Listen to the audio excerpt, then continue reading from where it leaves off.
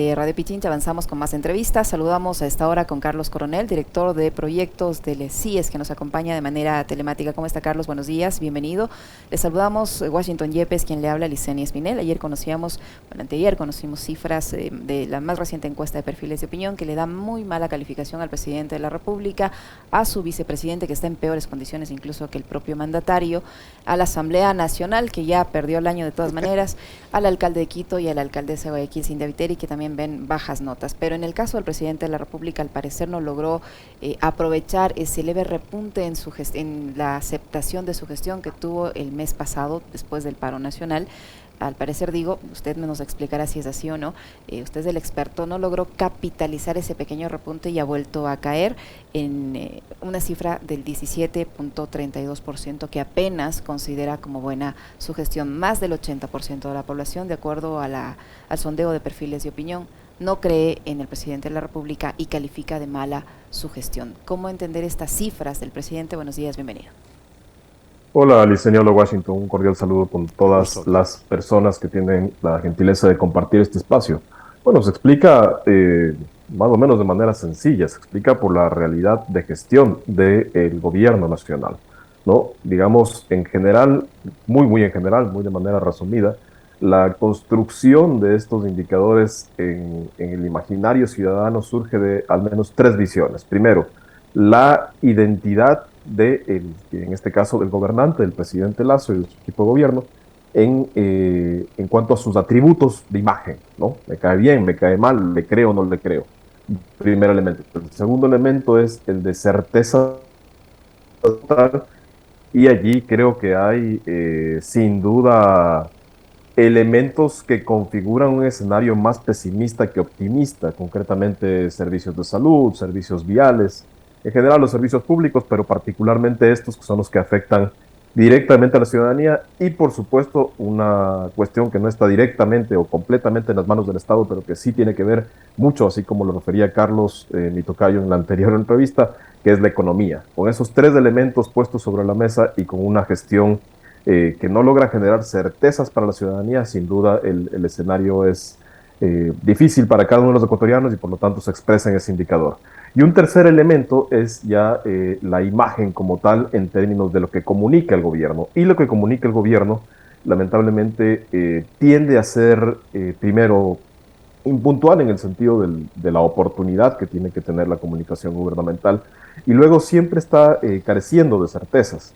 Concretamente, por ejemplo, en el ámbito político, se ha anunciado el mecanismo de consulta popular durante 3 ocasiones, ¿no? Diciembre en el 2021, si no me equivoco, y en este año en abril, y ahora recientemente en agosto. Y no hay todavía una certeza de eso, y así sucede con muchísimas cosas. Entonces, esa comunicación sin las certezas adecuadas, sin una realidad que venga inmediatamente después de la comunicación, pues tampoco le contribuye al gobierno en construir o constituir estos indicadores de manera positiva. ¿Cuál es el problema de que el indicador sea negativo? Que al final el liderazgo político tiene que tener números positivos para poder ejercer de mejor manera, de manera más adecuada, más eficaz, justamente el ejercicio de gobierno. Ese es el problema. No estamos hablando solamente de una cifra o dos cifras. Estamos hablando que esas cifras tienen un impacto efectivo en la consecución y en la ejecución del gobierno. Pero, ¿qué puede evidenciarse que no se logra armar al interior del régimen para que los niveles de credibilidad no sigan cayendo? Porque no ha pasado mucho tiempo del gobierno de Lasso, es 1 año, 4 meses, 5 meses. Pero ¿qué es lo que está faltando entonces en el régimen que pueda visualizar, que le permita consolidarse y pueda comenzar a hacer propuestas que realmente le ayuden a gobernar y a sacar adelante al país, Carlos? Porque ahí estamos en una encrucijada muy grave.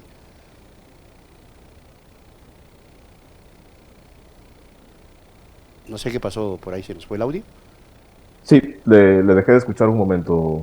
Sí, le decía qué hay que hacer, qué tiene que hacer el régimen para que pueda comenzar a recuperar credibilidad. No sé qué pasa al interior del régimen, creo que se me fue la pila del... Bueno, pongámoslo en sencillo. Washington tiene que gobernar, ¿no? Es así de concreto lo que tiene que gestionar el gobierno. Y, por supuesto, gobernar un país no es una cosa sencilla. Yo creería que dentro del ejercicio de gobierno eventualmente haya que concentrarse en 3 o 4 variables que son fundamentales, como refería. ¿Cuáles son las más importantes en este momento para la ciudadanía?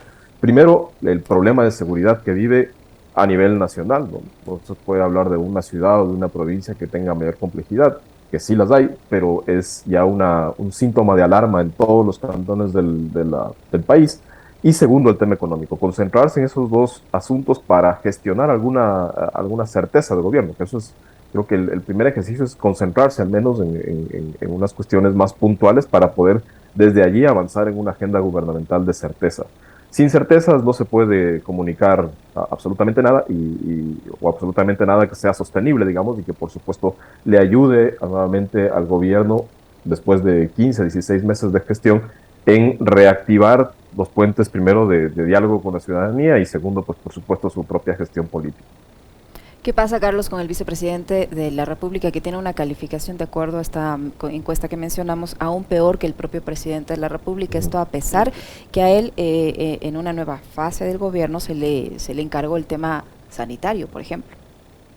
Bueno, yo diría, aplica todo lo que hemos referido anteriormente con la particularidad de que primero tiene menos exposición mediática, bastante menor exposición mediática del vicepresidente, y luego, este tema que se le ha encargado, yo primero creo que deberíamos preguntarlo a la gente, ¿no? Usted conoce que el señor vicepresidente tiene un encargo alrededor del tema sanitario, y luego el tema sanitario sin duda pasa por un mal momento en la atención como tal y en la política pública en general como tal, ¿no?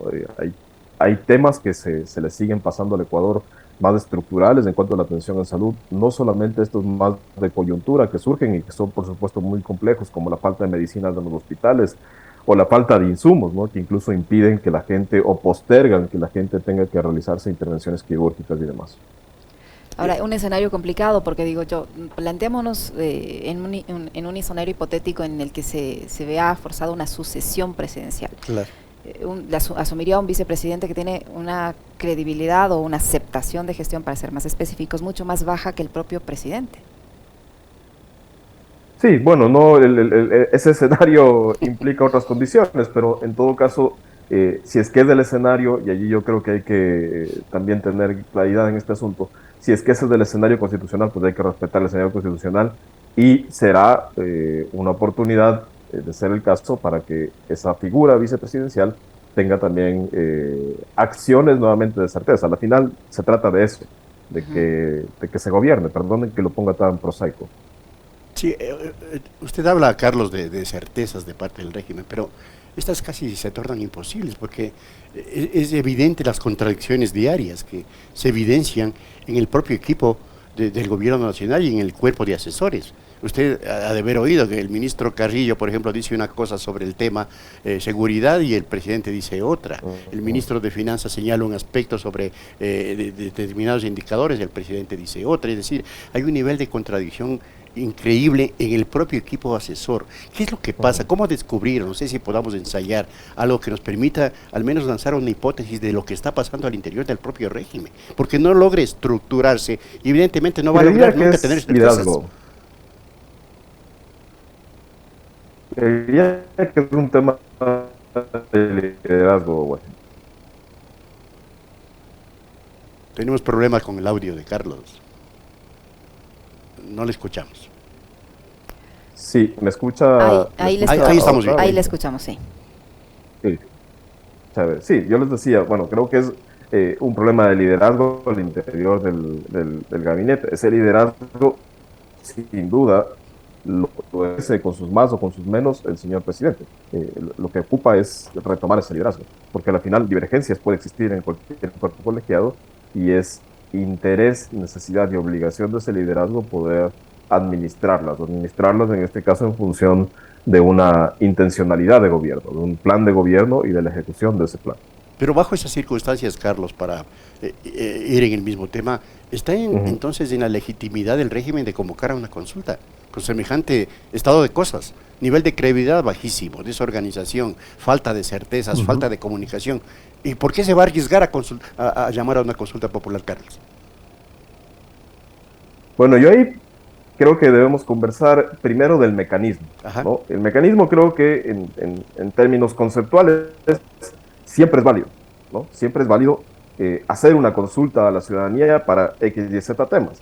De hecho, en el Ecuador, creo yo, es de los países donde más acudimos, ¿no es cierto?, a este mecanismo. Si recordamos, el presidente o el expresidente Moreno tuvo una consulta popular, el expresidente Correa tuvo más de una Varias. consulta popular, de modo tal que el mecanismo es validado, está en la Constitución, es disponible y es además, en concepto, una herramienta de ejercicio directo más o menos de la ciudadanía. Luego, miramos el contexto, ¿no? Yo, como decía hace un momento, que primero ha habido una inflación de expectativas alrededor de este tema. Cuando tenemos tres anuncios sobre el mismo tema y ninguna consecución, es decir, ningún anuncio específico respecto de las preguntas, de los temas de consulta, ya tenemos un problema. Segundo, estamos hablando de 10 preguntas más lo que posiblemente, al parecer, ¿no es cierto?, de lo que se refiere en las noticias nacionales, entraría como la consulta de Estados Unidos. ¿Sí? Ujú. Luego tenemos, en general, los ámbitos que se han descrito. 8 de la mañana con 20 minutos. Carlos. Estamos conversando con Carlos Coronel, director de proyectos de el CIES, que está analizando las cifras de la calificación de gestión del gobierno nacional, la Asamblea, la Alcaldía de Quito y la Alcaldía de Guayaquil. Lamentablemente tenemos algún problema con su conexión de internet, no nos puede escuchar adecuadamente, no lo podemos escuchar adecuadamente, su sonido no está en buen estado, así es que estamos tratando de llamarle para que poder continuar con esta entrevista. En todo caso, el asegurado que la situación de inseguridad por la que atraviesa el país, la situación económica por la que vivimos los ecuatorianos, la que sentimos los ecuatorianos, influye de forma directa en los niveles de aceptación a la gestión o de calificación de gestión del presidente de la República, Guillermo Lasso. Es una encuesta de perfiles de opinión realizada en los últimos días del mes de agosto que refleja pues datos como que el 17% de la población, un poquito más del 17% de la población califica de buena la gestión del presidente, mientras que un 82% casi no aprueba la gestión del mandatario. La cifra es aún menor para el vicepresidente de la República, el señor Borrero, y ni qué decir de la Asamblea Nacional, cuya calificación de gestión llega apenas al 6%. Quien también tiene baja calificación en cuanto a la calificación de gestión es el alcalde de Quito, Santiago Guarderas, y quien está bajando en aceptación o en calificación de gestión también es la alcaldesa de Guayaquil, Cintia Viteri, aunque su calificación supera el 50%.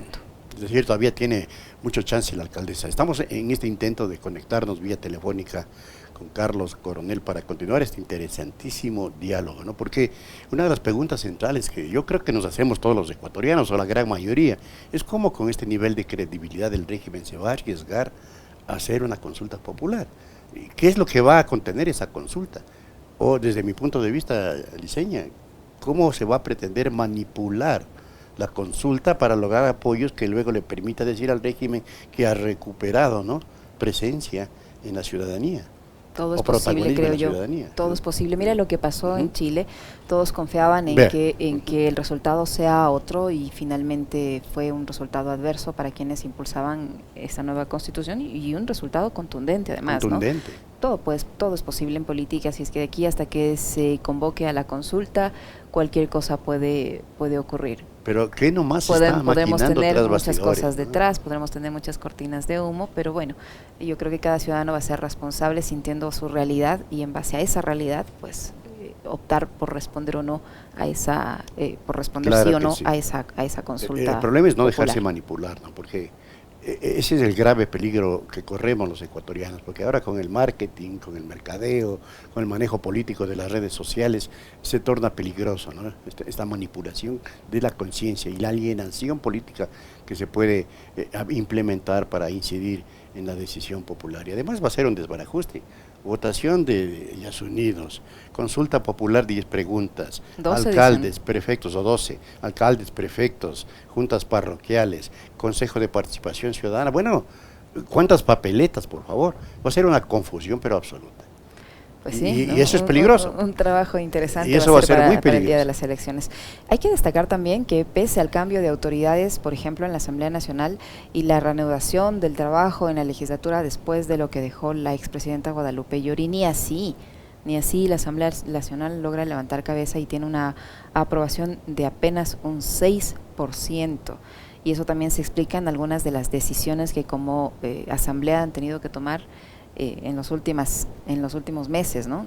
Habrá que conocer cuál será la calificación de gestión que tiene ahora después del resultado de los últimos procesos de interpelación política en la Asamblea Nacional. Como tú dijiste, la Asamblea perdió el año. Ya perdió el año. Y es año, difícil no que se va a levantar recupere a estas alturas. Hay Ya no que se quedan ni mandarle- aplazadas. hay que mandarle a estudiar con refuerzo. Y bueno, ya se van de vacaciones, ojalá y reflexionen. Ojalá y ya vengan, ¿cómo se dice?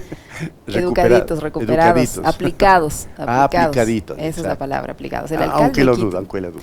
El alcalde de Quito también tiene muy bajas cifras, Bueno, un ¿qué se le puede pedir a Guarderas? 40.85% califica de mala su gestión frente a un 38.85% que la califica de muy mala.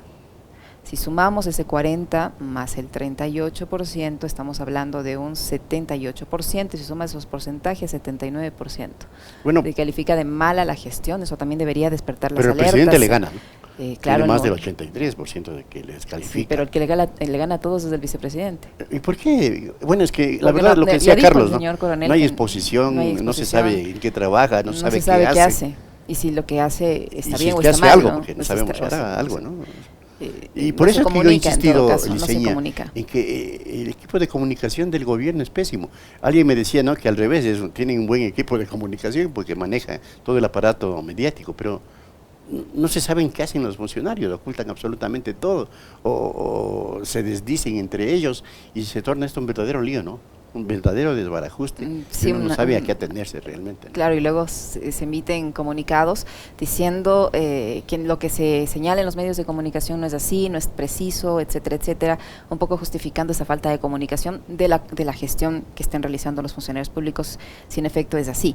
Y eso se refleja en las cifras de aceptación a la gestión que tienen el presidente de la República, el vicepresidente y pues, también autoridades locales como el alcalde de Quito, cuya calificación también en negativo es absolutamente potente, absolutamente fuerte, casi el 80%. Esto también debería llamar a la reflexión al municipio de Quito para mejorar su labor, su gestión y mejorar el servicio a los capitalinos, a las personas que vivimos aquí en la capital de la República. 8 de la mañana con 27 minutos me dicen si Que es ya que parece que lo logramos.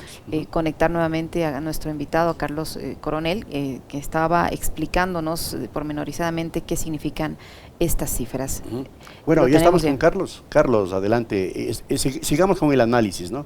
Que estaba planteado en términos de entender por qué es que esa falta de liderazgo evidentemente está incidiendo en el accionar del régimen. ¿Y esto qué posibilidades le da al gobierno de tener apoyo en la eventual consulta popular que se convocaría en las elecciones de febrero?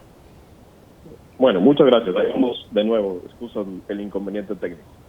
Decíamos, a ver, el mecanismo como tal es válido, es legítimo siempre, ¿no es cierto? En términos de que en el Ecuador, de hecho, estamos muy acostumbrados a utilizar la consulta popular, el referéndum, como forma de resolver algunas cosas. Ahora, ese es el uso técnico, el uso jurídico, legislativo en última instancia. Pero hay un uso político de esto y es revestir de legitimidad ciertas decisiones que a los distintos gobiernos, y decíamos además que los últimos 3 gobiernos han hecho uso de esta herramienta, para darles una fuerza adicional, ¿no? ¿A qué temas? Y viene un poco lo complejo a resolver en el caso concreto de la consulta popular que plantea el gobierno. Primero, temas de institucionalidad como tal, de composición del Estado, concretamente el Consejo de Participación Ciudadana. Luego, temas de seguridad, ¿no? Se ha filtrado, ¿no? Como suele ser costumbre ya en el ejercicio del gobierno del presidente Lasso, se filtran algunos temas antes que comunicados oficiales como tal, temas de extradición de personas vinculadas al narcotráfico, eliminación de facultades, como decía el Consejo de Participación Ciudadana, asuntos que se mueven entre lo constitucional, es decir, el referendo, y temas de consulta popular, que ya sería temas de seguridad más bien. Frente a estos asuntos, lo que habría que preguntarse es, primero, ¿se resuelven los problemas más urgentes para la ciudadanía cuando sabemos que son salud, seguridad, empleo? No. Creía que no. Y segundo, ¿hay un plan atrás de esto para, en efecto, si se gana la consulta, poder ejecutar y ejercer esos cambios que se están proponiendo a consulta, ¿no? Sin duda, los números no son adecuados. Políticamente podría representar una, quizás, única apuesta que tiene en este momento el gobierno del presidente Lasso para hacer una renovación de contrato, planteémoslo así, ¿no? Tiene unos indicadores bajos de calificación en su imagen, en su gestión de gobierno, tiene problemas sin duda en la gestión con el legislativo, en la operación política, no solo con el legislativo, sino con distintos actores que digamos, constituyen la democracia nacional.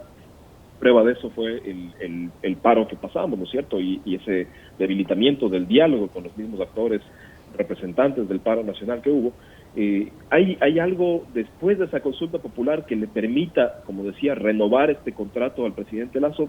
Eso habría que resolverlo. No creo que haya un indicador de lo que hemos visto hasta ahora de gobierno, como decía sobre todo Washington, ¿no es cierto? Se ve descoordinación al interior del gobierno. No creo que haya un indicador que nos diga esto sí va a suceder. En el evento de que se gane la consulta, en efecto se va a crear una agenda de política pública lo suficientemente robusta y eficaz como para resolver los temas a los cuales se le está convocando a la gente a opinar. Creo que eso es lo que deberíamos plantearnos alrededor de la consulta. Ahora, los temas, volviendo un poquito a los temas, si bien son un popurrí, insisto en que no colocan allí los asuntos de relevancia para la ciudadanía en este momento. No veo que, por ejemplo, se hable de temas específicos de economía, al menos con lo que conocemos hasta ahora respecto de la consulta, y eso sería pues también un problema ya en el efecto propio de la campaña de lo que eventualmente puede ser una consulta popular. Ahora, esto también va a generar sin duda ruido en un contexto en el cual la gente tiene que decidir sobre 54,000 y tantos candidatos y candidatas en los distintos ámbitos de gobierno seccional. Ese es un poco el contexto en el cual tendríamos que leer la consulta popular. En resumen, no hay los números adecuados, pero políticamente puede ser una posibilidad de renovación de contrato del gobierno nacional.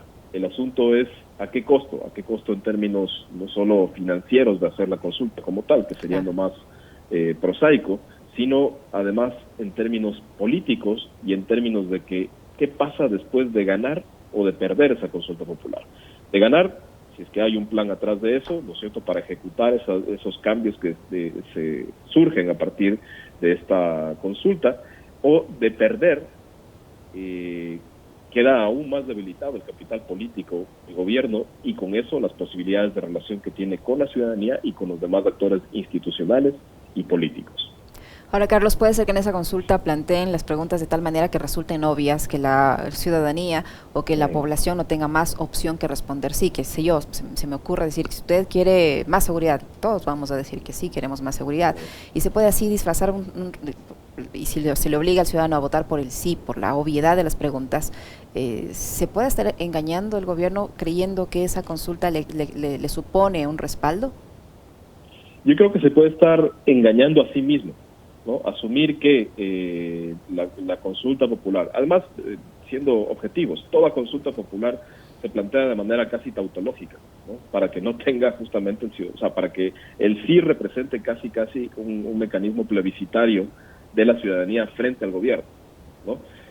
De ser la consulta como tal, de plantearse la consulta como tal, lo más posible es que las preguntas sean justamente tautológicas, como usted refiere, Liceña, que el ciudadano por sentido común no tenga otra opción sino decir sí, estar de acuerdo con lo que le está planteando el gobernante.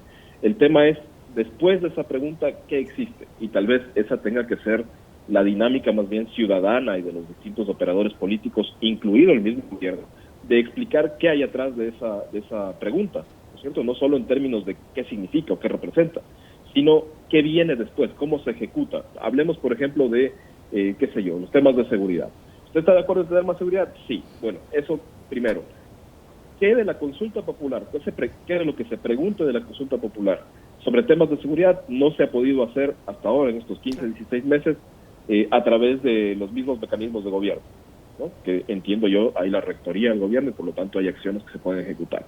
Segundo, usted acaba de ganar, pongamos de este evento, gana en la consulta popular la pregunta de seguridad. De allí, ¿qué pasa, por ejemplo, en cuanto a la coordinación ya territorial de los asuntos de seguridad? ¿Qué pasa con el tema de narcotráfico? ¿Qué pasa con todos los asuntos relacionados al tema de seguridad en sus distintos ámbitos de pasión? Creo que ese va a ser el esfuerzo que tienen que hacer los operadores políticos, incluido el gobierno, como indico, ya en el contexto de una potencial consulta. Ahora, tiene que darse la consulta, ¿no? Este es, como decía, el tercer anuncio sobre el mismo tema en distintos tiempos y cada vez con más temas. lo primero a resolver sería si en efecto llega a plantearse la consulta como tal, si llega en los tiempos adecuados, tanto a la parte de calificación de la consulta como tal, cuanto a la operación ya electoral de la consulta. ¿Cree usted, Carlos, que el gobierno arriesgará una carta importante para implementar su plan económico, su estrategia económica en la consulta? Porque uno de los aspectos es justamente esa, el tema económico, institucional y seguridad. Pero, ¿qué podría preguntar a la ciudadanía en el tema económico? ¿Privatizaciones? ¿Flexibilización laboral? No sé qué otros temas, Carlos, se puede plantear en el análisis. Bueno, entre otros asuntos, cuando uno tiene una crisis de calidad de empleo y de existencia real del empleo, por un lado, y por otro lado, de alto costo de la vida, uno de los elementos que además son muy comunes en la opinión pública nacional tiene que ver con inversiones. Ahí, por ejemplo, hay un gran ámbito de interés público y privado, ¿no? De interés público en el sentido de la constitución o generación de empleo, y de interés privado desde el punto de vista ya empresarial. Ahí puede haber un asunto a preguntar, el tema de inversiones. Pero luego habría que entrar en el detalle de qué ámbitos se pueden tocar sin entrar en contradicción con lo que está constitucionalmente establecido y que por lo tanto no puede ser, o que tiene límites, digamos, para ser consultado como tal. El tema de inversiones, como decía, por ahí algún asunto de inversiones concretas, ¿no es cierto? Hablemos, por ejemplo, de asuntos no sería privatización, sino de modelos de gestión alternativos, pongámoslo así, o de alianzas público-privadas sobre ciertos temas estratégicos que le permitan al país tener recursos, o al menos así se plantearía. Por allí creo que se pueden vincular los ámbitos económicos. En flexibilización, sin duda hay una intención, ¿no es cierto? Y eso está claramente manifiesto en el plan de gobierno del presidente Lasso, de generar mecanismos adicionales, y lo ha manifestado también el ministro en distintas ocasiones y en todas sus expresiones sobre la política pública, mecanismos alternativos de generación de empleo. Eso, y lo que había además que resolver es, no es suficiente con lo que se tiene ahora en términos de ejercer el poder como para preguntarle a la ciudadanía. Se entendería que hay que preguntar a la ciudadanía, como decíamos al principio, justamente para revestirle de mayor legitimidad a una decisión que puede ser compleja o muy arriesgada. Muy bien, muchísimas gracias, Carlos, por habernos ilustrado respecto a este análisis en las cifras de gestión del presidente de la República y la expectativa que genera el tema de la consulta popular. Muy amable, muchísimas gracias. Un buen día, muchas gracias a ustedes. Que pasa muy bien. Carlos Coronel, director de proyectos del Centro de Investigación y Estudios Especializados CIES, por si acaso, no es la Central de Inteligencia.